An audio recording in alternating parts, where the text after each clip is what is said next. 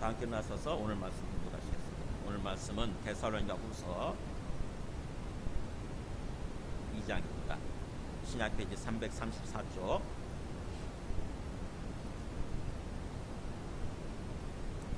데살로니가후서 2장 1절부터 17절까지 전체를 2장 전체를 읽도록 하겠습니다. 읽더라도 우리가 읽는 시간은 주님께서 우리에게 직접 말씀해 주시는 그런 시간이니까 주님의 말씀에 주님의 음성에 귀를 기울이는 것으로 좋아하겠습니다. 형제들아, 우리가 너희에게 구하는 것은 우리 주 예수 그리스도의 강림하심과 우리가 그 앞에 모임에 관하여 영어로나 또는 말로나 또는 우리에게서 받았다 하는 편지로나 주의 날이 이르렀다고 해서 쉽게 마음이 흔들리거나 두려워하거나 하지 말아야 한다는 것이라. 누가 어떻게 하여도 너희가 미혹되지 말라. 먼저 배교하는 일이 있고 저 불법의 사람 곧 멸망의 아들이 나타나기 전에는 그날이 이르지 아니하니 그는 대적하는 자라. 신이라고 불리는 모든 것과 숭배함을 받는 것에 대항하여 그 이유에 자기를 높이고 하나님의 성전에 앉아 자기를 하나님이라고 내세우느니라. 내가 너희와 함께 있을 때에 이 일을 너희에게 말한 것을 기억하지 못하느냐. 너희는 지금 그로 하여금 그의 때에 나타나게 하려 하여 막는 것이 있는 것을 아나니 불법의 비밀이 이미 활동하였으나 지금은 그것을 막는 자가 있어 그 중에서 옮겨질 때까지 하리라. 그때 불법한 자가 나타나리니 주 예수께서 그 입의 기운으로 그를 죽이시고 강림하여 나타나심으로 패하시리라. 악한 자의 나타남은 사탄의 활동을 따라 모든 능력과 표적과 거짓 기적과 불의의 모든 속임으로 멸망하는 자들에게 있으리니 이는 그들이 진리의 사랑을 받지 아니하여 구원함을 받지 못함이라. 이러므로 하나님이 미혹의 역사를 그들에게 보내사 거짓 것을 믿게 하심은 진리를 믿지 않고 불의를 좋아하는 모든 자들로 하여금 심판을 받게 하려 하심이라. 주께서 사랑하시는 형제들아, 우리가 항상 너희에 관하여 마땅히 하나님께 감사할 것은 하나님이 처음부터 너희를 택하사 성령에 거룩하게 하심과 진리를 믿음으로 구원을 받게 하심이니 이를 위하여 우리의 복음으로 너희를 부르사 우리 주 예수 그리스도의 영광을 얻게 하려 하심이니라. 그러므로 형제들아, 굳건하게 서서 말로나 우리의 편지로 가르침을 받은 전통을 지키라. 우리 주 예수 그리스도와 우리를 사랑하시고 영원한 위로와 좋은 소망을 은혜로 주신 하나님 우리 아버지께서 같이 읽습니다. 너희 마음을 이루하시고 모든 선한 일과 말에 굳건하게 하시기를 원하노라. 아멘.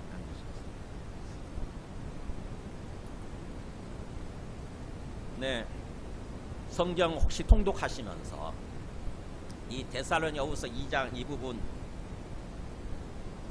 읽어보셨죠? 읽으시면서 좀 어렵다는 생각이 들지 않으셨어요? 성경 통독할 때 참 어려운 부분들이 몇 군데 있는데 그 중에 하나가 2장이에요. 그냥 그런가 보다 하면서 읽는 거죠. 근데 사실은 이 오늘 말씀에 굉장히 중요한 내용이 담겨 있다고 하는 것입니다. 그래서 오늘 말씀을 잘 알아야 우리가 주님의 오심을, 다시 오심을 대비하는 그런 삶을 살면서 평안한 가운데 살 수 있어요. 데살로니가후서의 주제는 주님의 다시 오심입니다. 1, 2, 3장까지 있죠. 근데 이 3장 전체 주제가 주님의 다시 오심이에요. 주님의 재림이죠. 주님의 재림에 대해서 정확히 알려주고 그것을 기다리면서 그것을 기대하고 소망하면서 건강하고 평안한 가운데 삶을 살아가도록 하기 위해서 이 말씀을 주시는 거예요. 사도 바울이 이 편지를 쓴 거죠. 그래서 특별히 이 데살로니가후서의 중심 주제가 이 2장에 담겨 있습니다. 중심 내용이. 근데 이 말씀을 알려면은 먼저 우리가 안티오쿠스 4세를 이렇게 좀 알아야 돼요. 누구냐면 사진 한번 보여주실래요? 사람이 조각으로 됐는데 이게 코가 떨어져 나간대. 안티오쿠스 4세라는 사람인데 셀레우코스 왕국의 8대 왕이다. 무슨 말인지 잘 모르시겠죠? 지도를 보여줘 보세요. 이게 뭐냐면은 여기가 이스라엘이고 여기가 이쪽이 지금 사우디아라비아고 그렇잖아요. 여기가 사우디아라비아구나. 그리고 이쪽이 뭐 지금은 현재 이라크, 이란 땅 이렇게 돼 있죠. 이게 알렉산더 왕 아시죠? 알렉산더 왕이 통치하는 나라가 헬레 제국이잖아요, 그죠? 그 헬레 제국이 망하고 나서 알렉산더 대왕이 죽고 나서 나라가 4개로 이렇게 쪼개지게 됩니다. 4명이서 나눠 가져요. 그 중에 하나가 이 셀레우쿠스 왕, 이 안디옥을 중심으로, 안디옥이 금방이겠죠?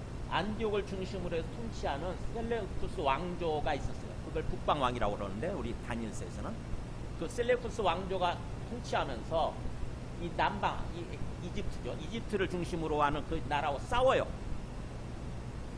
같은 어떤 그 헬레 제국인데도 불구하고 서로 나눠 가졌기 때문에 싸웁니다. 그때 이 셀레우쿠스 왕조를 다스리는 사람이 이 안티오쿠스 4세예요. 8대 왕으로 세워졌어요. 근데 이 사람이 어떤 사람이냐면 다시 아까 그거 보여주세요. 8대 왕인데 이 사람이 그 자기 이름을 뒤에다가 또 에피파네스라는 이름을 붙일 정도로, 에피파네스는 뭐냐면은 신의 현현이라는 뜻이거든요. 하나님이 등장하셨다. 내가 하나님인데 내가 이렇게 인간의 모습으로 등장했다라고 자기 이름을, 그렇지 않아도 긴데 이름을 길게 이렇게 붙이죠. 나는 안티오쿠스 4세 에피파네스 이렇게. 그 사람이 어떤 일을 행했냐면은 제가 동영상을 좀 보여드릴게요. 무슨 말인지 잘 모르시죠?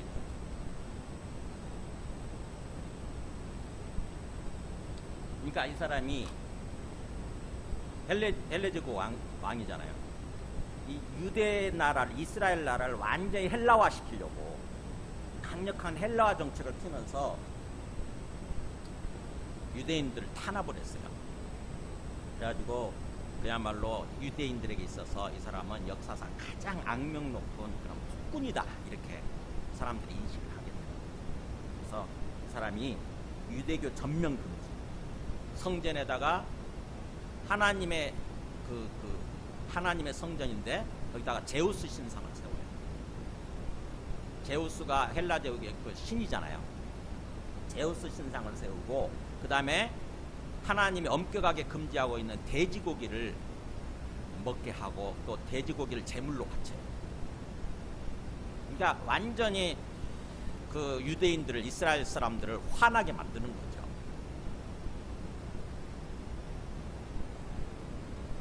그 다음에 또 종교 말살령을 내려요. 유대 종교를 완전히 말살시키라고 하는 말살령을 내려서 할례도 금지, 안식일도 금지, 율법, 토라 소지하는 것도 금지. 만약 이게 어긴다 그러면은 그 자리에서 처형 해가지고 몇만 명을 이렇게 처형했다. 그래서 그거를 유대인들이 못 견디겠죠. 그래서 마카비 혁명이 일어나요. 마카비 혁명 혹시 들어보신 거 있어요? 마카비 혁명이 일어나서 안티오쿠스 4세를 결국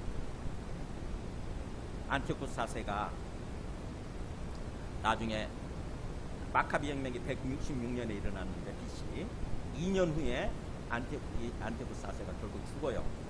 정신 이상이 생겨가지고 정신 이상, 그 다음에 유가 썩어가는 그런 병으로 인해서 결국 죽습니다. 그러면서 그 혁명을 일으킨 사람들이 결국 성전을 다시 재건해야 된다, 성전을 다시 봉헌해야 된다 해가지고 수전절, 하누카라고 해요. 수전절을 다시 이렇게 세우고 수전절을 기념하게 되죠. 우리 수전절이 요한복음에 나오잖아요. 요한복음에 나옵니다. 지금도 유대인들은요, 이 수전절을 기념을 해요. 절기로 삼겨서 지킵니다. 그래서 그 하스문 왕조인데 마카비 혁명을 일으킨 사람들이 그 하스문 왕조에 의해서 결국에는 나중에 우리 신약에 나오는 바리새인들이 세워지고 또 사두개인들이 세워지고 그렇게 됩니다. 이 바리새인들, 사두개인들이 구약에는 안 나오잖아요, 그죠? 구약에 안 나오는데 신약에 와서 갑자기 등장하거든요.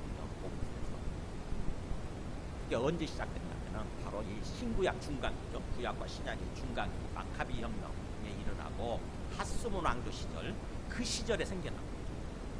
그래서 우리가 이 중간기도 조금 알아야 성경을, 신약을 읽으면서 제대로 이해하게 되는 거예요. 아무튼 이 안티오코스 4세가 그야말로 이 사람이 한 일들이 나중에 주님이 재림하시기 직전에 일어날 일이라고 하는 것입니다. 그래서 이 사람이 적그리스도, 주님 오시기 전에 나타나게 될 적그리스도를 예표한다고 그렇게 얘기를 하는 거예요. 그러니까 이 사람이 미리 등장을 한 거죠. 어떻게 보면 적그리스도를 예표하는 사람으로서 이렇게 등장을 한 거죠. 그래서 이 사람을 닮은 그런 적그리스도가 나타나게 되면 주님이 재림하신다, 이렇게 생각하면 맞다는 것입니다. 그래서 오늘 말씀 보면은 먼저 이렇게 얘기를 하죠. 2장 1절 2절 보면 주님이 다시 오셔서 우리 주 예수 그리스도의 강림하심과 우리가 그 앞에 모이는 것에 관하여, 그러니까 주님이 다시 오시게 되면은 어떻게 된다고 그랬죠? 우리 지금 데살로니가 후서인데 전서 앞에 보세요. 전서 4장에 보면은, 전서 4장 16절 보면은 주님이 다시 오실 때 이렇게 돼 있죠. 주께서 호령과 천사장의 소리와 하나님의 나팔 소리로 친히 하늘로부터 강림하시리니 그리스도 안에서 죽은 자들이 먼저 일어나고 그 후에 우리 살아남은 자들도 그들과 함께 구름 속으로 끌어올려 공중에서 주를 영접하게 하시리니, 이렇게 나오잖아요. 그러니까 주님이 다시 오실 때, 하늘에서부터 이렇게 다시 오실 때 드라마틱하죠, 그죠? 엄청 드라마틱해요. 호령 소리, 천사장의 소리, 하나님의 나팔 소리, 막 이렇게 엄청난 소리가 이렇게 소리가 들리더니 하늘로부터 두두두두 이렇게 주님이 내려오시는 거죠.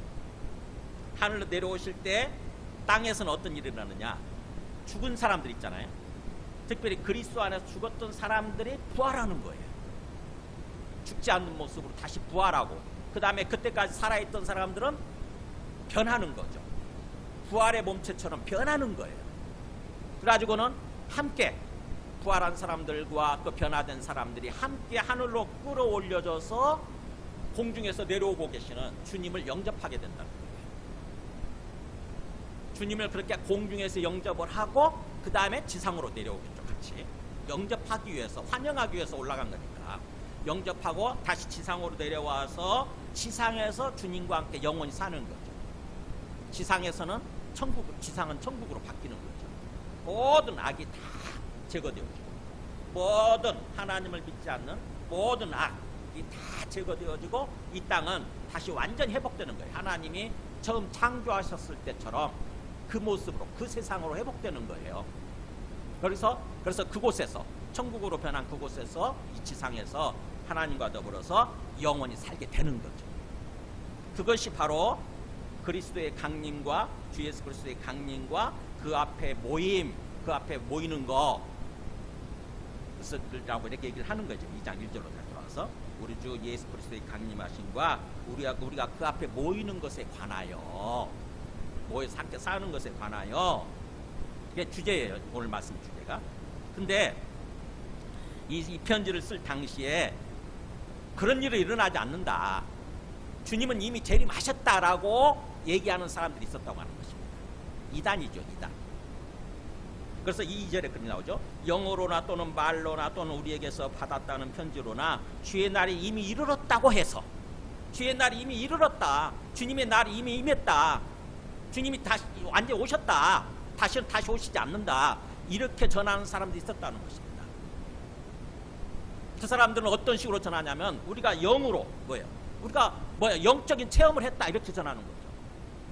내가 환영을 받다, 환상을 받다, 아니면 또 내 안에 있는 영이 그렇게 말씀하셨다, 이런 식으로 전하는 거죠. 영으로나 또는 아주 논리적인 말이죠.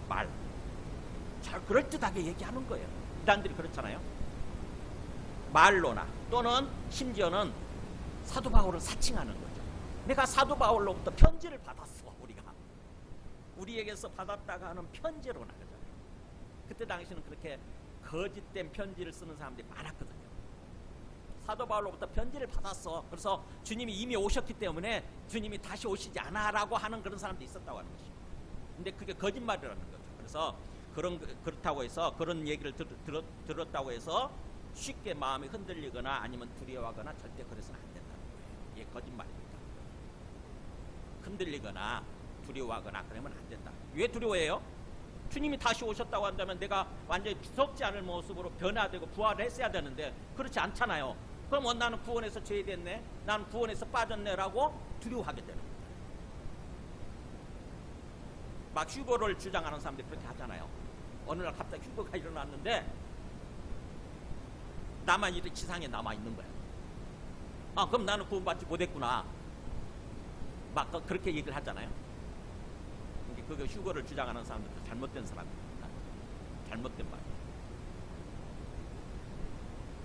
주님이 이렇게 아까 그 데살로니가 전서 그 부분을 가지고 이렇게 하늘로 끌어올려져서 하늘에서 영접하는 것을 가리켜서 휴거 이렇게 주장을 하는데 주님이 재림하실 때 일어난 일이에요. 근데 휴거를 주장하는 사람들은 주님이 재림하실 때가 아니라 공중에 임시적으로 오실 때 이렇게 얘기합니다. 공중 재림이라고 해요. 공중에 임시적으로 오실 때 그리고 나서 공중 재림이 있고 나서 7년 동안의 환란 기간이 펼쳐진다. 이런 식으로 얘기합니다. 그건 잘못된 말이에요. 공중으로 끌어올려져서 주님을 영접하는 것은 주님이 재림하실 때 일어나는 일이에요. 그리고 나서 곧바로 지성으로 내려오는 거예요. 그래서 공중 재림, 지상 재림 이렇게 구분되는 것이 아니라 재림은 한 번뿐이에요. 어쨌든 그렇게 주의 날이 왔다 쉽게 마음이 흔들리거나 두려워하거나 절대 그럴 필요가 없다. 그래서 3절에 누가 어떻게 해도 어떤 말을 한다 할지라도 절대로 미혹되지 마라, 속지 마라 이거예요. 왜냐하면 주님이 재림하실 때는 반드시 있어야 될 일이 있다고 하는 거죠. 그게 바로 그 다음에 3절 보세요. 먼저 배교하는 일이 있고 저 불법의 사람 곧 멸망의 아들이 나타나기 전에는 그날이 이르지 않는다.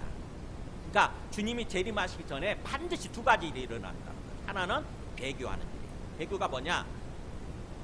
배반하는 거예요. 주님을 믿고 있다고 생각했던 사람들이 주님을 배반하고 다 떠나는 거죠. 다 떠나는 거예요.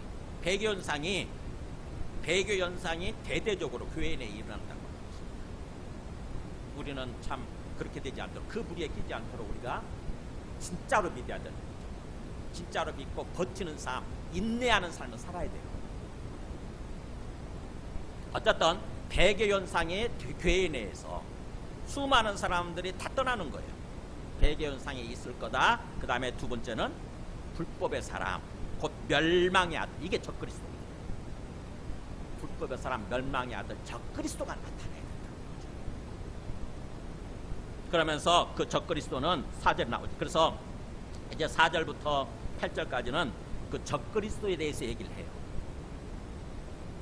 마지막에 등장하게 될, 마지막 주님 재림 직전에 등장하게 될 적그리스도에 대해서 얘기를 하고, 그 다음에 9절부터 12절까지는 배교 현상에 대해서 주님을 버리고 배반하고 떠나는 사람들, 왜 그런 일이 일어나는지, 어떤 사람들한테 그런 일이 일어나는지 그걸 얘기하는 게 그 9절에서 12절까지. 그러면서 나중에 13절부터는 우리는 어떻게 되는 거예요? 우리는 그렇지 않다는 거죠. 우리는 그런 어떤 배교물에 끼지 않다는 거죠. 우리는 어떤 사람들인지 여기 대해서 그런 식으로 얘기를 합니다. 그래서 먼저 적그리스도에 대해서 한번 얘기를 해보죠. 4절에 보면은 그는 대적하는 자라. 그 적그리스도는 멸망의 아들, 불법의 사람은 대적하는, 누구를 향해서 대적하는 거예요? 하나님을 향해서. 하나님을 향해서 대적하는 자인데, 신이라고 불리는 모든 것과 숭배함을 받는 것에 대항하여 그 위에 자기를 높이고 하나님의 성전에 앉아 자기를 하나님이라고 내세우느니라. 이 적그리스도의 가장 큰 특징이 이거예요. 자기가 하나님이니까 세상에서 존재하는 모든 신들 있죠. 세상에서 존재하는 모든 신들, 신의 모든 것, 신이라고 불리는 모든 것, 그리고 숭배를 받는 모든 것들 위에 자기를 높이는 거예요. 저것들은 다 내 밑에 존재야. 그러면서 여호와 하나님도 다 내 밑이야. 내가 신이야. 내가 창조주고 내가 온 세상의 주인이야. 그러면서 자기를 높이는 거죠. 그러면서 아예 성전에 들어앉아가지고 자기를 하나님이라고 이렇게 한다고 하는 거죠. 이 성전이 뭐냐를 놓고도 이렇게 논쟁이 많지만 성전은 기본적으로 우리는 교회 공동체라고 생각하면 돼요. 이미 예루살렘 성전은 파괴됐잖아요, 그죠?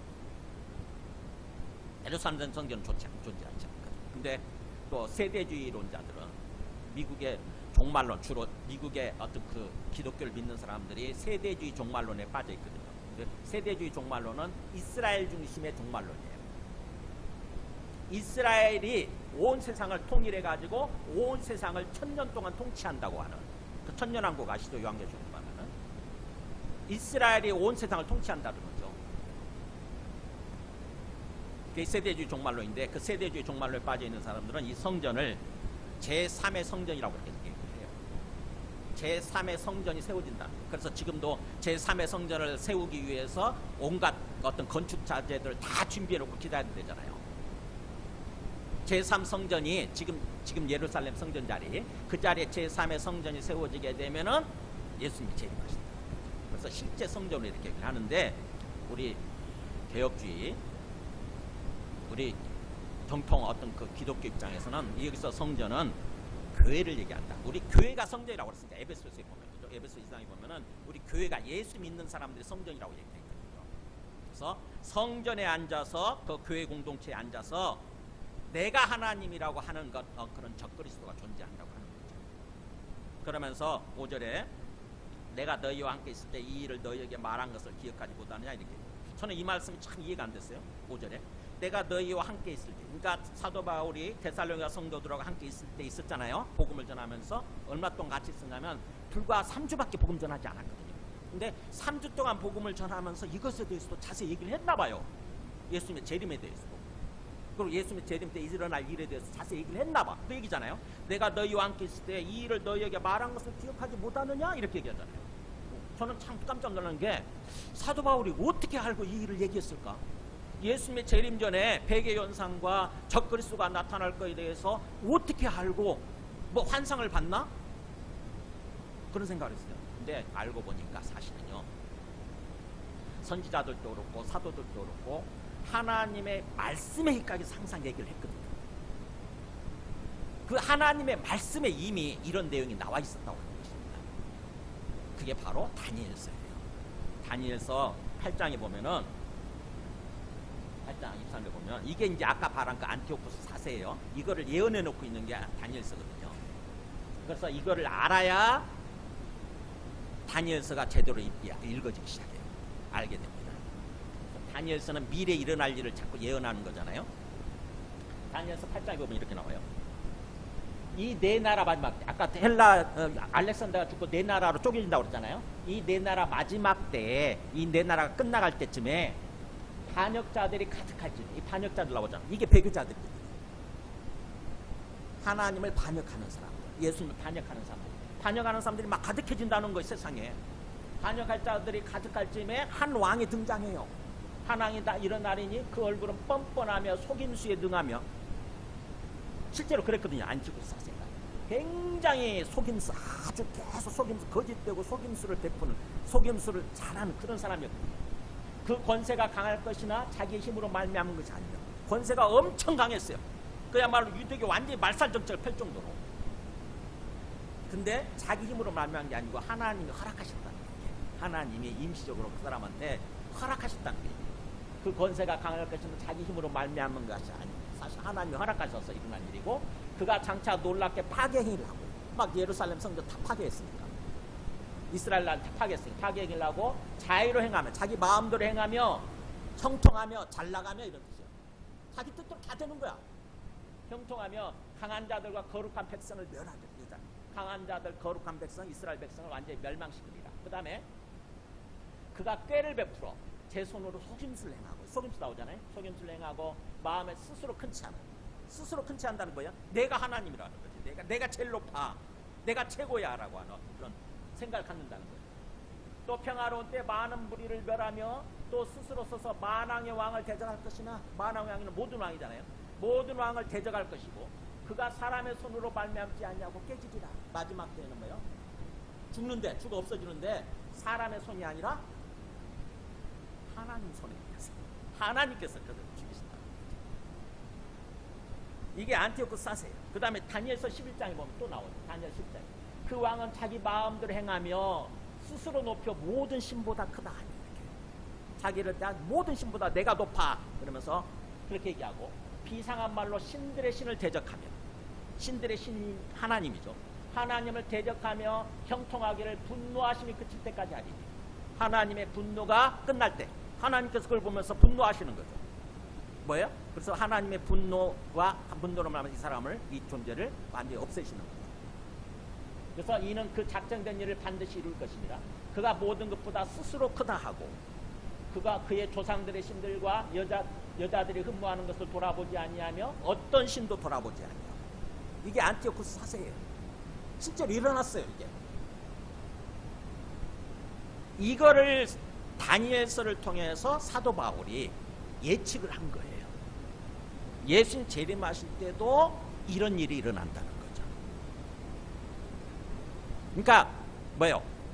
사도 바울은 철저하게 말씀에 입각해서 이 말씀을 잘 안 거죠. 말씀 이거는 적그리스도를 예표하는 거구나.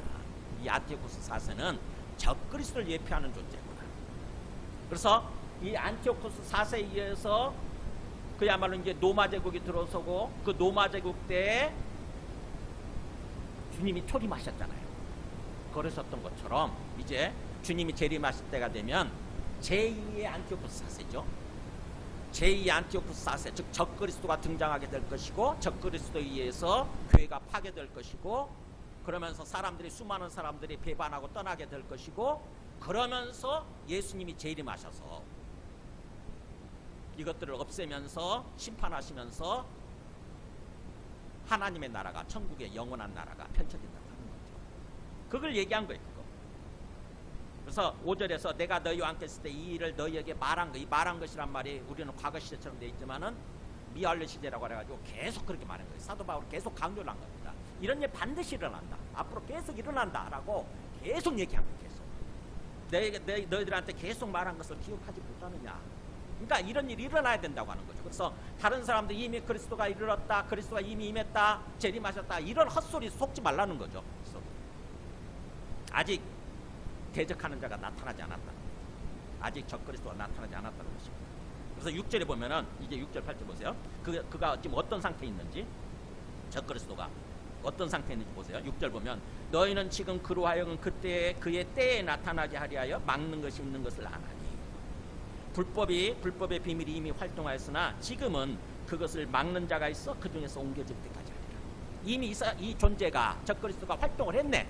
사단의 활동이 이미 이루어지는 거예요. 뭐 예수님을 못 믿게 한다거나 예수님을 자꾸 우리 예수 믿는 사람들을 괴롭힌다거나 핍박을 가한다거나 이게 사탄의 활동이죠. 적그리스도 활동이에요. 그런데 본격적으로는 등장하지 않은 거죠.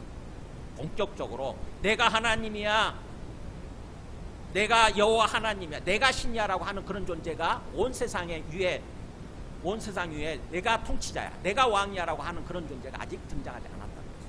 그래서 불법의 비밀이 이미 활동은 했지만 시작은 했지만 지금은 본격적인 등장을 막는 자가 있다는 것입니다. 누가 막고 있다는 거예요. 누가 막을까요? 하나님이 막고 계십니다. 하나님의 성령을 통해서 막고 계시는 거죠. 아직 네 때가 아니야. 막고 계십니다. 그러니까 하나님의 일은 항상 하나님의 때에 제대로 일어나게 돼 있거든요. 하나님이 그렇게 온 세상을 주관하고 통치하고 인도해가고 계시는 거니까 적그리스도의 등장도 그의 때에 하나님의 정하신 때가 있는 거죠. 그래서 지금은 하나님이 그것을 막고 있다는 것입니다. 너희는 지금 6절에 지금 그로 하여금 그의 때에 나타나게 하려. 그의 때에 하나님 정하실 때죠. 그의 때에 나타나게 하여 막는 것이 있는 것을 너희도 알지 않느냐. 그러면서 지금은 그것을 막는 자가 있어 그 중에서 옮겨질 때까지. 그러니까 이제는 막는 것을 풀어주는 거죠. 이제 네 마음대로 해. 네 마음대로 이제 네가 등장해서 완전히 등장해서 네 마음대로 한번 해봐라고 일종의 기간을 허락하시는 거예요. 하나님께서. 그때까지 지금 막고 있게 될 거다. 그러면 그때가 지나고 나면 이제 8절이죠. 그때 이제 드디어 적그리스도의 때가 된 거예요. 그때에 불법한 자가 드디어 짱 하고 등장하는 거죠. 완전히 온 세상의 통치자로 등장하는 거예요. 불법한 자가 나타나리니 그러면 그 다음에 바로 이제 주님이 등장하십니다. 예수께서 그 입의 기운으로 그를 죽이시고 강림하여 나타나시고, 강림하여 나타나심이 원래 앞으로 가야 되는 거죠. 주 예수께서 강림하시고 등장하심으로써 그 입의 기운으로 그를 죽이시고 이렇게 되는 거예요. 그러니까 주 예수께서 적그리스도를 멸망시키는 거죠. 뭘로요? 무슨 대포나 탱크나 이런 걸로가 아니라 입의 기운, 즉 다시 말하면 말씀이죠. 그냥 명령 한마디로 없어지는 거예요. 예수님의 명령 한마디. 그 입의 기운으로 그를 죽이시고 그를 제거하시고 이런 뜻이에요. 그를 제거하시고 폐하시리라. 완전히 없애시는 거예요. 완전히. 이게 적그리스도의 등장입니다. 그래서 마태복음 24장 15절에도 예수님이 그렇게 말씀하세요. 자기 마태복음 24장이면 예수님이 재림하실 때 얘기잖아요. 예수님이 미리 말씀해 주신 건데 이렇게 보세요. 너희가 선지자 다니엘의 말을 봐. 다니엘서 인용하잖아요. 예수님. 다니엘서 인용하시면서 멸망에 가증한 것이 거룩한 것에 선 것을 보거든 이렇게 하잖아요. 멸망받아 마땅한 아주 가증한 것, 아주 혐오스러운 거죠. 그것이 거룩한 곳에 하나님의 계시해야 되는, 하나님 임재하셔야 되는 거룩한 곳에 서는 거예요. 아까 안티오쿠스 4세가 그렇게 했듯이 제우스 신상을 거기 자리에 세웠거나 아니면 돼지를 제물로 드렸다고 그랬잖아요. 그게 멸망에 가증한 것이죠. 근데 그것이, 그런 것들이 거룩한 곳, 정말 하나님이 계시는 거룩한 곳에 그걸 세우는 거예요. 근데 마지막에 그게 나타난다는 거죠. 그러면 드디어 주님이 다시 오신다는 거죠. 그래서 읽는 자는 깨달을진저, 이렇게 이 성경을 기록하고 있는 사람이 사족을 달았죠. 읽고 잘 깨달으라는 거죠. 요한계시록에서는, 요한계시록 13장에 보면은 적그리스도의 등장에 대해서 사도 요한은 이렇게 얘기해요. 그가 적그리스도, 그가 모든 자, 곧 작은 자나 큰 자나 부자나 가난한 자나 자유인이나 종들에게 그 오른손이나 이마에 표를 받게 하고, 적그리스도가 등장하게 되면은 이마에, 오른손 또는 이마에 표를 받게 하고, 누구든지 이 표를 가진 자 외에는 매매를 못하게 하니, 곧 이 표는 곧 짐승의 이름이나 그 이름의 숫자라. 그러니까 뭐예요? 표를 받게 하는데 그 표가 짐승의 이름이에요. 짐승의 이름. 짐승의 이름을 이마나 또는 이 팔목에다 딱 새겨가지고 그 이름이 없으면, 그 표가 없으면은 일체 경제활동, 매매 자체가 못하게 하는 거죠. 그 이름이 누구냐? 지혜가 여기 있습니다. 그러니까 뭔가 지혜가 필요한 게 여기 2단계라는 거죠. 총명한 자는 그 짐승의 수를 잘 세어보라. 그래가지고 그것은 사람의 수니, 그 수의 수는 우리가 잘 아는 666. 수수께끼같이 얘기하는 거예요. 실제 666을 새긴다는 게 아니고 그 짐승의 이름의 수를 새기는 건데, 짐승의 이름의 수를 잘 계산해 보면 666이 나온다는 거죠. 뭐냐면은 우리가 그때 당시 그 히브리어, 헬라 알파벳 있잖아요. 히브리어 알파벳을 처음에 알렙이죠. 알렙이 이게 1이에요. 1. 이런 식으로 사용하는 것입니다. 두 번째 B는 베트, B는 2, 이런 식으로 딱 이렇게 숫자를 매겨가지고 그 이름을 딱 계산해보면 666이 나온다. 이걸 게마트리아라고 그러는데, 근데 그래가지고 이 666을 풀어보면은 어떤 이름이 나오냐면요, 네로라고 합니다. 그러니까 이 요한계시록 당시에 교회를 정말 핍박했던, 정말 예수님을 믿는 사람들, 기독교를 핍박했던 사람이 네로 황제거든요. 네로 황제의 이름이 나오는 거죠. 그래서 네로 황제도 적그리스도의 예표예요. 네로 황제가 등장을 해서 교회를 그렇게 핍박을 하고 말살시켰듯이, 그런 식으로 제2의 네로 황제가 적그리스도로 등장한다는 거죠. 그래서 요한계시록에서 그렇게 얘기를 하는 거예요. 참 궁금해지죠. 진짜 예수님이 재림하시기 직전에 도대체 적그리스도가 어떤 식으로 등장을 할까? 아직 몰라요. 구체적으로는 우리 생각에는 참 어렵고, 이게 다 이런 일이 일어날까 이런 생각이 들잖아요. 아니, 온 세상에, 내가 온 세상의 왕이야, 내가 온 세상의 어떤 그 통치자야, 그러면서 내가 신이야, 내가 하나님이야 라고 하는 존재를 세상 모든 사람들이 인정할 수 있을까? 인정하게 되는 그런 날이 올까? 참 궁금하잖아요. 그죠? 지금 우리 생각으로서는 불가능할 것 같잖아요. 한 나라의 왕도 제대로 인정을 안 해주는 판인데 온 세상 모든 민족이 야, 저 사람이 진짜 우리의 신이구나, 우리의 통치자구나, 우리의 왕이구나 이렇게 인정하실 그런 일이 일어날까? 근데 어쨌든 성경 그렇게 얘기를 하는 거죠. 분명히 등장한다는 거죠. 제가 궁금해가지고 이거 AI 챗GPT나 막 물어봤어요. 도대체 이런 일이 일어날 수 있나? 혹시 요즘 등장하는 AI와 혹시 무슨 어떤 연계될 수 있나 이렇게 했더니 아 진짜 그럴 수도 있다라고 얘기를 하더라고요. 사람들이 처음부터 내가 신이야라고 그러면 절대 인정하지 않는다는 거예요. 근데 우리 어떤 경제적인 부분 있잖아요. 그런 부분으로 등장한다는 거죠. 그것이 우리의 경제적으로 뭔가 잘 되게 만들고 잘 먹고 잘 살게 만들고 그런다면 사람들이 다 인정한다는 거예요. 다 받아들인다는 거죠. 그게 안 되면은, 그게 없으면은 우리가 경제적으로 뭔가 이렇게 할 수 없다고 한다면은 그 존재를 인정할 수밖에 없게 된다는 거예요. 근데 그 존재는 온 세상에 인정해줄 수 있는 그런 존재라는 거죠. 실제로 지금 AI 같은 경우는 진짜 온 세상에 인정해 줄 수 있잖아요. 그래서 그럴 수도 있겠다 이런 생각이 들어요. 챗GPT에서 하는 얘기예요. AI의 등장과도 연결될 수 있다. 어쨌든 마지막 때가 되면은 이렇게 적그리스도가 반드시 등장을 하는데 지금은 하나님께서 그가 그의 때에 나타나도록, 그의 때에 본격적으로 등장해서 본격적으로 활동하도록 지금은 막고 있다는 것입니다. 근데 이제 예수님이 재림하실 때가 되면 반드시 그 존재가 등장한다는 거죠. 적그리스도가. 그것을 우리가 알고 마음속에 이렇게 염두에 두고 살아야 되고, 그 다음에 두 번째입니다. 9절에서 12절 보세요. 이제 배교현상이에요. 배교현상. 그 적그리스도와 같이 연계되어 있어요. 악한 자의 나타남은 사탄의 활동을 따라 모든 능력과 표적과 거짓 기적과 불의의 모든 속임으로 누구들한테 등장하는 거냐? 멸망하는 자들에게 있으니. 멸망하는 자. 그러니까 심판받아서 멸망하는 사람들이에요.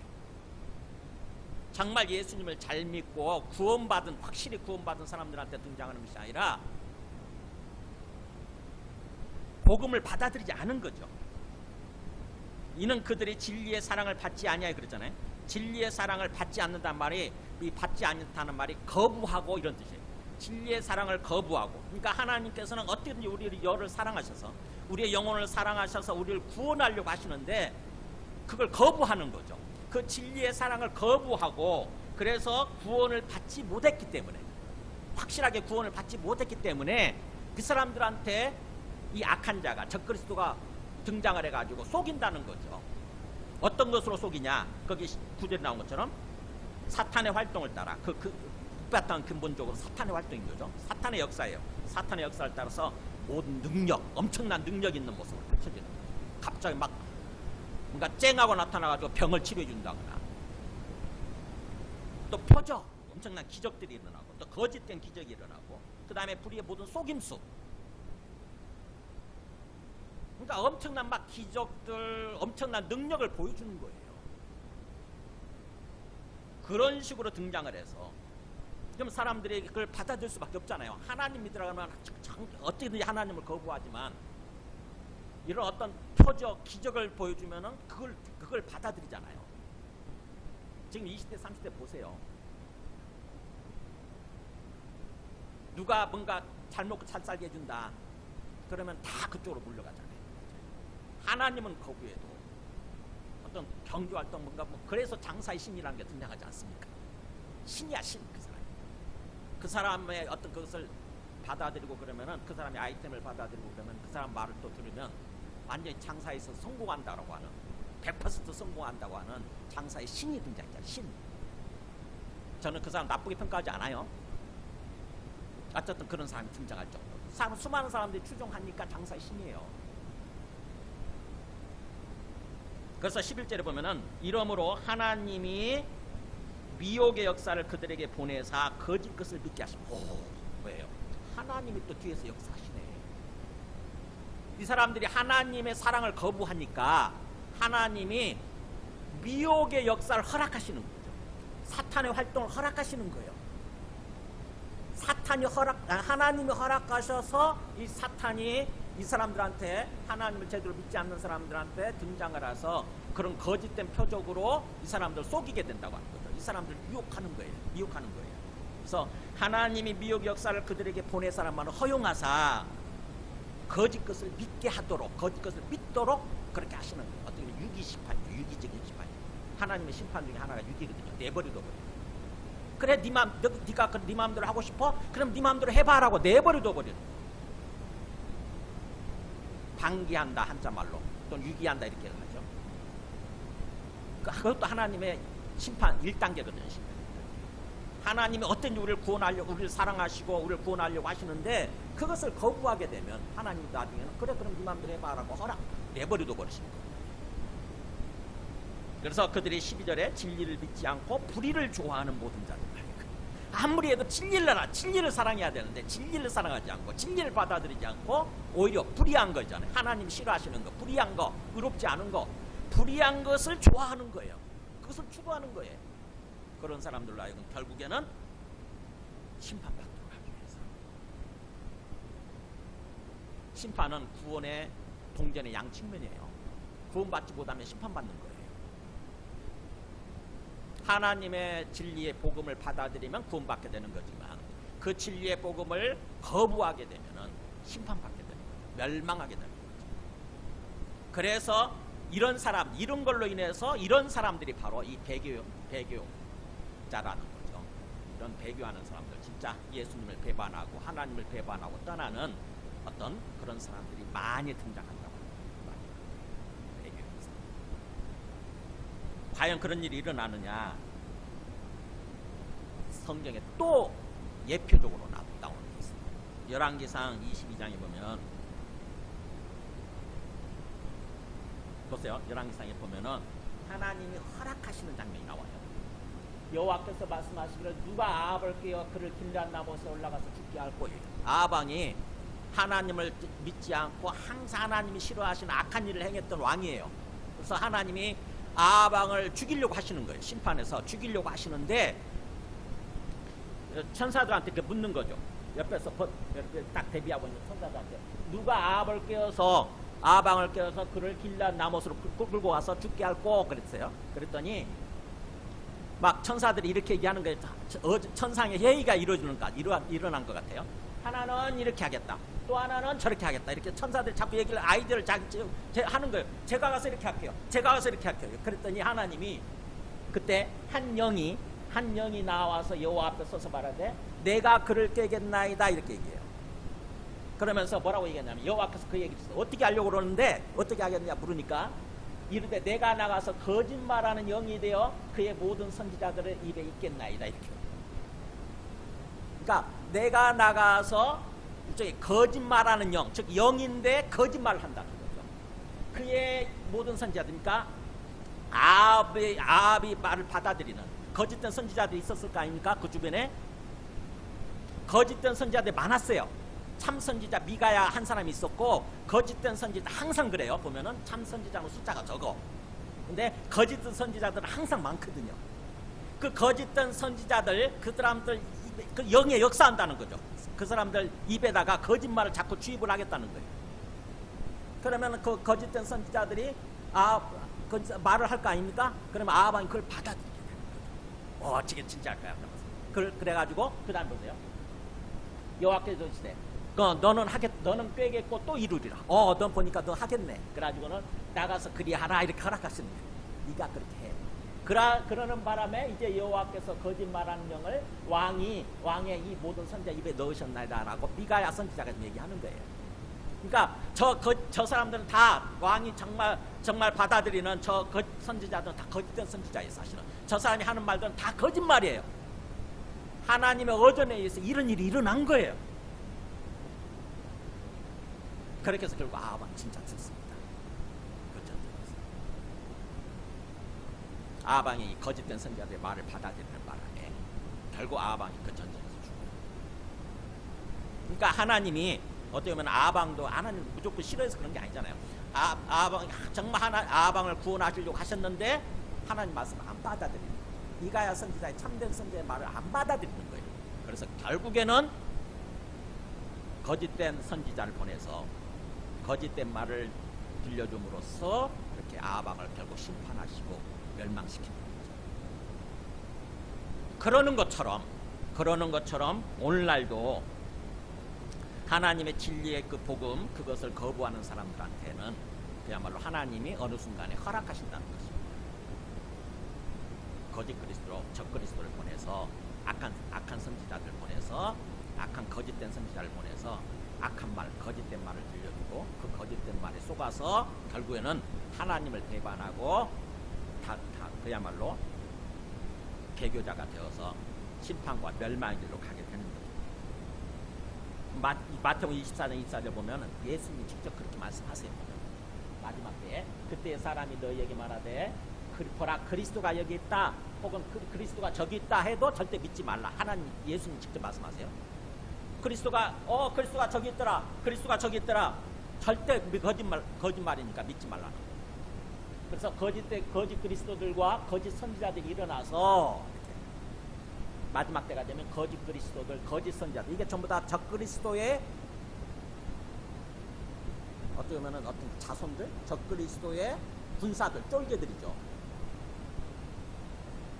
그 사람들이 큰 표적과 기사를 보여. 그러니까는 그냥 하면은 안 듣잖아요. 그래서 엄청난 표적을 보여주고 엄청난 기적을 막 베푸는 거죠. 그래서 해서 할 수만 있으면 택하신 자들 또 미혹하게 하니까. 어떻게든지 택한 받은 이미 예수 믿고 교회 다니는 사람들도 어떻게든지 미혹해서 끌고 가려고 할 거라고 하는 거예요. 그러면서 예수님이 마지막에 선문답 같은 답변 하시죠.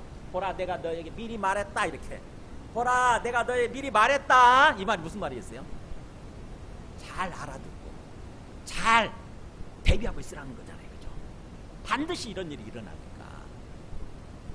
그러니까 예수님께서 미리 일종의 경고처럼 얘기하시는 거잖아요. 잘 새겨들으라는 얘기입니다.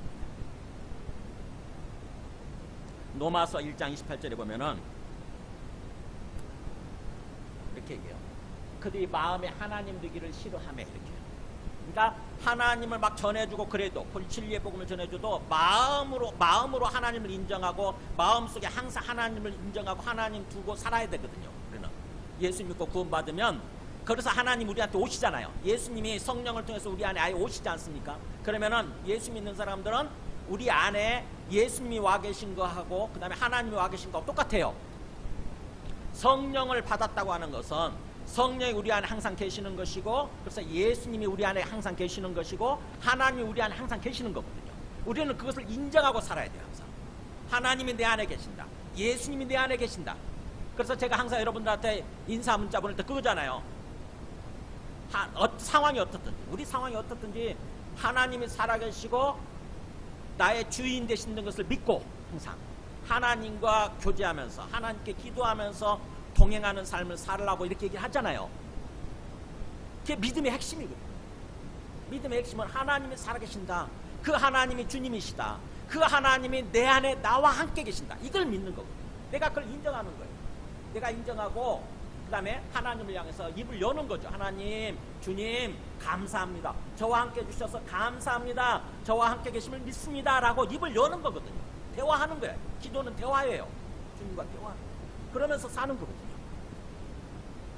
근데 그걸 거부하면 보세요. 그걸 거부하면 마음에 하나님 되기를 싫어하며 하나님이 어떤 일이 벌어지냐. 그들을 그 상실한 마음대로 뭐예요? 내버려도 살았잖아요. 그 상실한 마음대로. 그러니까 하나님을 거부하는 게 상실한 마음이에요. 마음을 잃어버린 상태예요. 제대로 된 마음을 잃어버린 상태.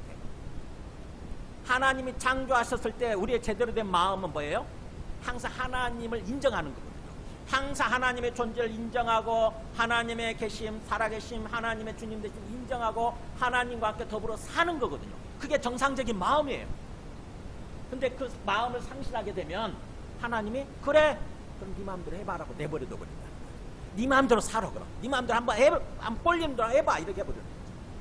그럼 어떻게 돼요? 결국 멸망. 합당하지 못한 일을 하게 하셨어요. 하나님이 내버려두게 되면 그 다음부터 이제 내 마음대로 내 욕심을 따라서 내 마음대로 하나님께서 합당하게 여기시지 않는 온갖 죄악된 일을 행하기 시작하는 거죠. 온갖 죄악된 삶을 살아가기 시작합니다. 그래서 나중에 보면 뒷부분 29절부터 보면은 그 합당하지 못한 삶의 모습이 쫙 펼쳐지는 거예요. 살인, 그 다음에 심지어는 부모 거역하는 것까지, 또 약속 위반한다, 배약 막 이렇게 나오지 않죠?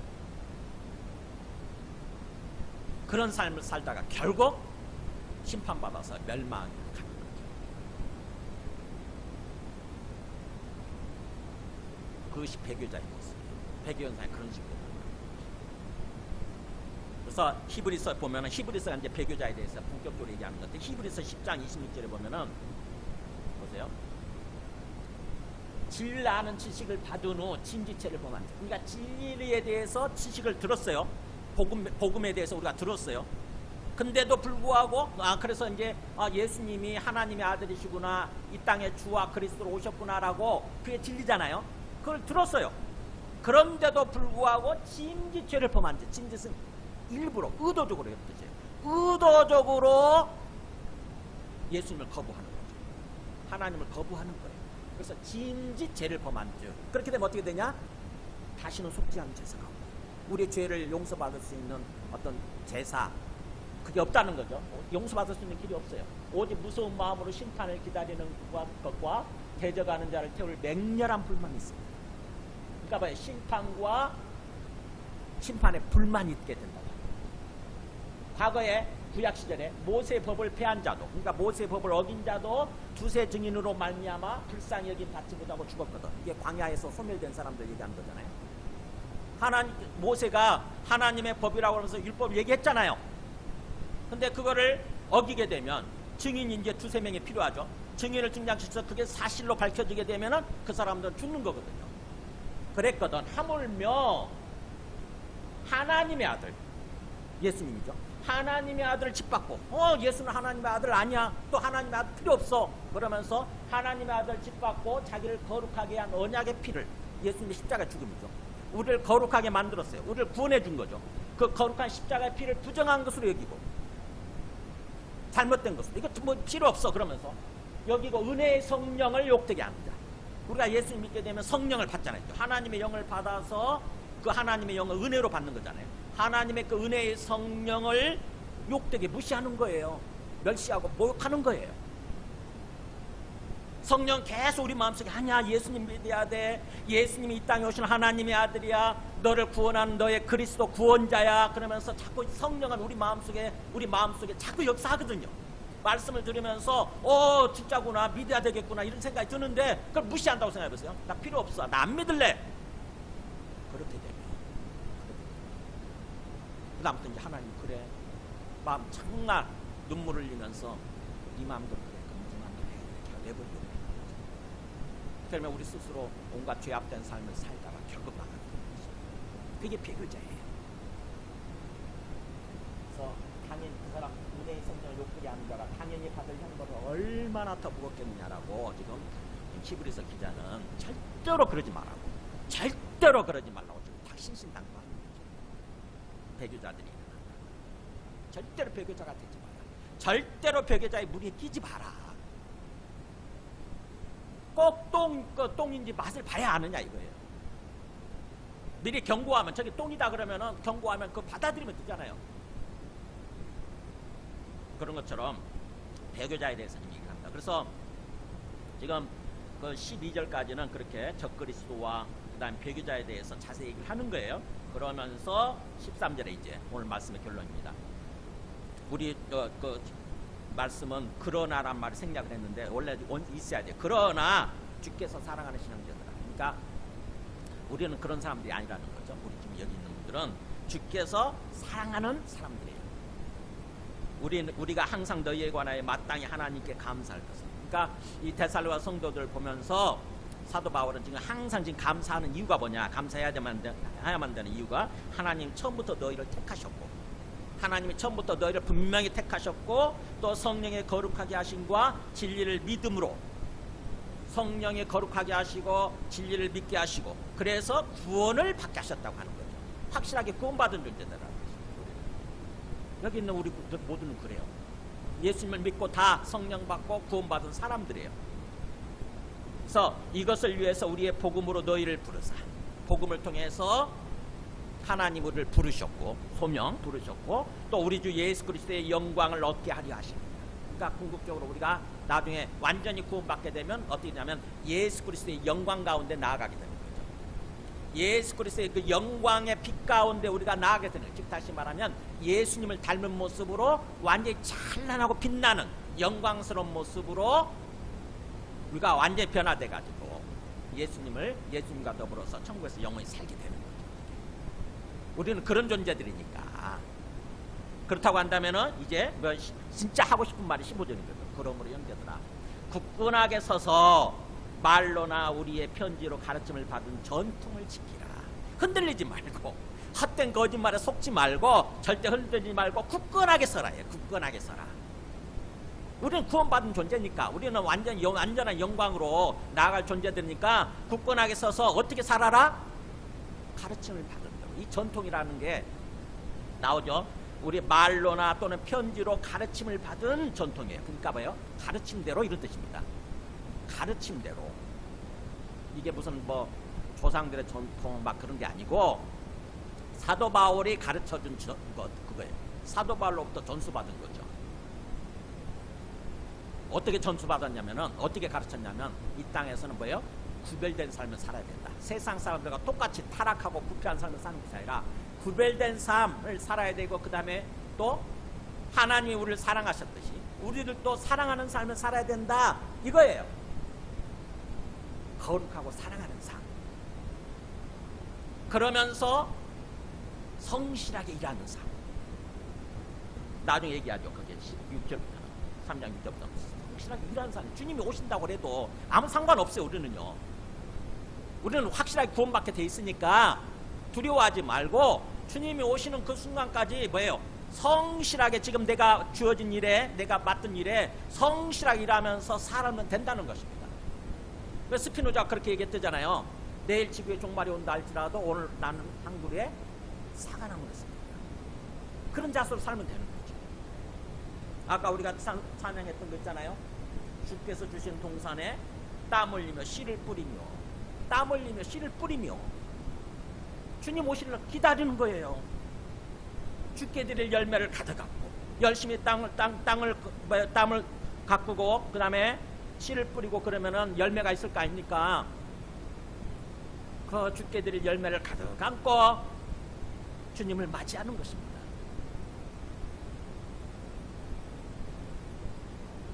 근데 제대로 그걸 모르는 사람들은 옛날 담임 선교지. 주님 오신다고 그러니까 10월 12일 날 자정에 주님 오신다고 그러니까 다 신혼 입고 다 땅 팔고 집 팔아가지고 그 돈 갖다 다 그 부패한 목회자한테 다 갖다 바치고 그 부패한 목회자는 그걸로 해가지고 5년짜리 무슨 채권에 투자하고 그런 삶을 살면 안 됩니다. 오늘 저녁에 주님 오셔도 상관없어요. 우리는요. 우리는 다 구원받게 돼 있어요. 그러니까 굳건하게 서서 뭐예요? 오늘 우리가 할 최선을 다하는 것입니다. 성실한 모습으로 사는 거예요. 그게 사도 바울이 말로 그렇게 가르쳤고 또는 편지로 가르쳤고 하는 그 내용이에요. 전통이에요. 그래서 우리의 말로나 또 편지로 가르침을 받은 전통을 지키라. 그래서 오늘 설교 제목이 뭐냐면은 굳건하게 서서 배운 것을 행하라. 배운 것을 지키라 이거예요. 배운 것을 지키라. 그게 이 땅에서 주님이 오실 때까지 우리의 삶의 모습인 거예요. 마음속에는 항상 언젠가는 주님이 다시 오신다. 분명히 오신다. 근데 주님이 오시기 직전에 반드시 적그리스도가 나타나게 돼 있고 교회 내에는 수많은 배교자들이 나타나게 돼 있고 그래서 여기저기서 다 주님을 배반하고 떠나는 사람들이 막 등장을 하고 그 다음에 적그리스도가 등장해가지고 내가 온 세상이 신이야 라고 하면은 주님 곧 오시겠네 이렇게 생각하면 되는 거예요. 그러기 전까지는 성실하게 거룩한 삶을 살고 사랑하는 삶을 살고 성실하게 일하는 그런 삶을 살면 된다는 것입니다. 그래서 16절의 마지막 기도죠. 16절 우리 주 예수 그리스도와 우리를 사랑하시고 영원한 위로와 좋은 소망을 은혜로 주신 하나님 우리 아버지께서 즉 예수 그리스도와 하나님 우리 아버지께서 너희 마음을 위로하시고 그러니까 우리 마음 참 힘들 때 우리 마음에 격려해 주시고 힘을 주시는 거죠. 너희 마음에 그렇게 위로를 주시고 그 다음에 모든 선한 일과 말에 너희가 행하는 말 또 너희가 하는 일은 행동이잖아요. 행동, 삶이잖아요. 너희 말과 삶에 굳건하게 해주시기를, 그러니까 굳건하게 이렇게 세워주시기를 바란다. 이제 그렇게 하기를 기도한다는 거죠. 저도 여러분을 놓고 그렇게 기도합니다. 항상 마음에 이루어 주시고 힘을 주시고, 그래서 저들이 하는 모든 말, 모든 선한 것, 행동 거기에 그걸 굳건하게 세워 주시옵소서. 이게 말씀을 이렇게 정리하겠습니다.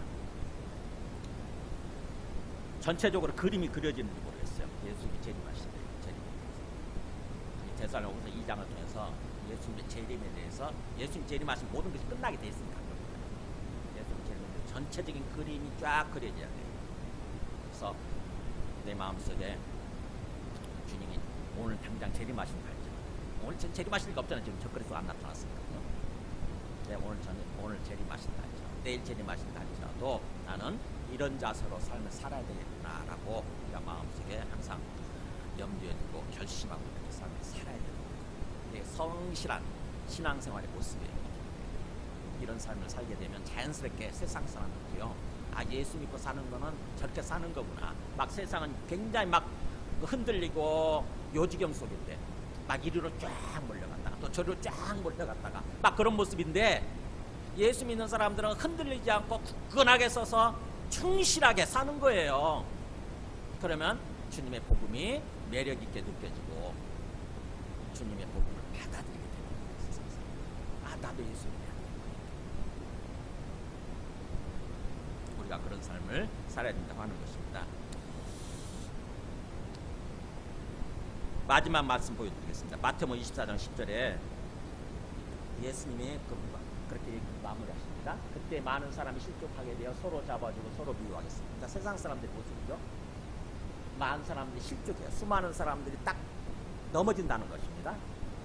그래서 서로 막 미워하고 서로 잡아주고 막 이런 일이 벌어지겠지만, 그리고 또 거짓 선지자들이 많이 일어나 많은 사람 미워하겠습니다. 그러니까 거짓 선지자들이 막 여기저기서 내가 그리스도야, 내가 선지자야 그러면서 막 거짓된 말을 들려주는 거죠.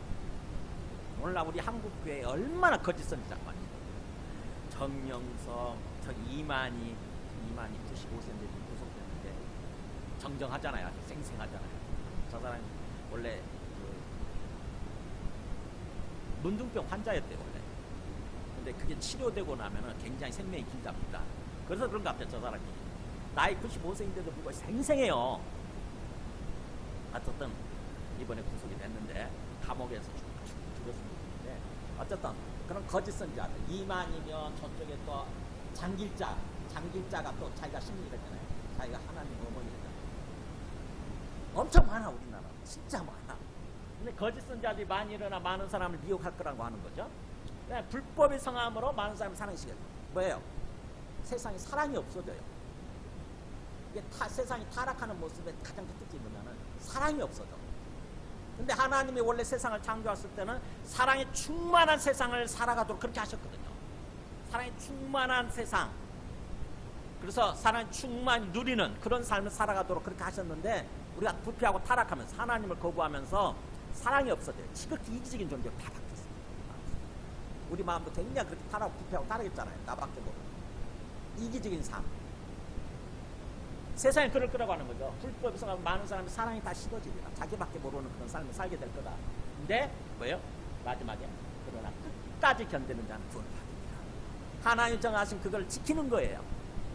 나는 부패하고 타락하지 않고 계속 거룩한 삶을 살면서 계속 사랑하는 삶을 사는 것입니다. 그게 견디는 거예요.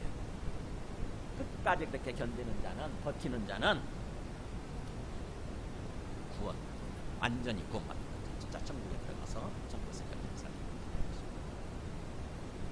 우리가 오늘 말씀을 통해서 세상이 장차 어떤 식으로 펼쳐질 것인지, 그리고 또 주님이 어떤 식으로 오실 것인지, 그래서 전체적인 그림을 그리고 마음속에 염두에 두고 사시기 바랍니다. 우리 함께 찬송과 잠깐 기도하겠습니다.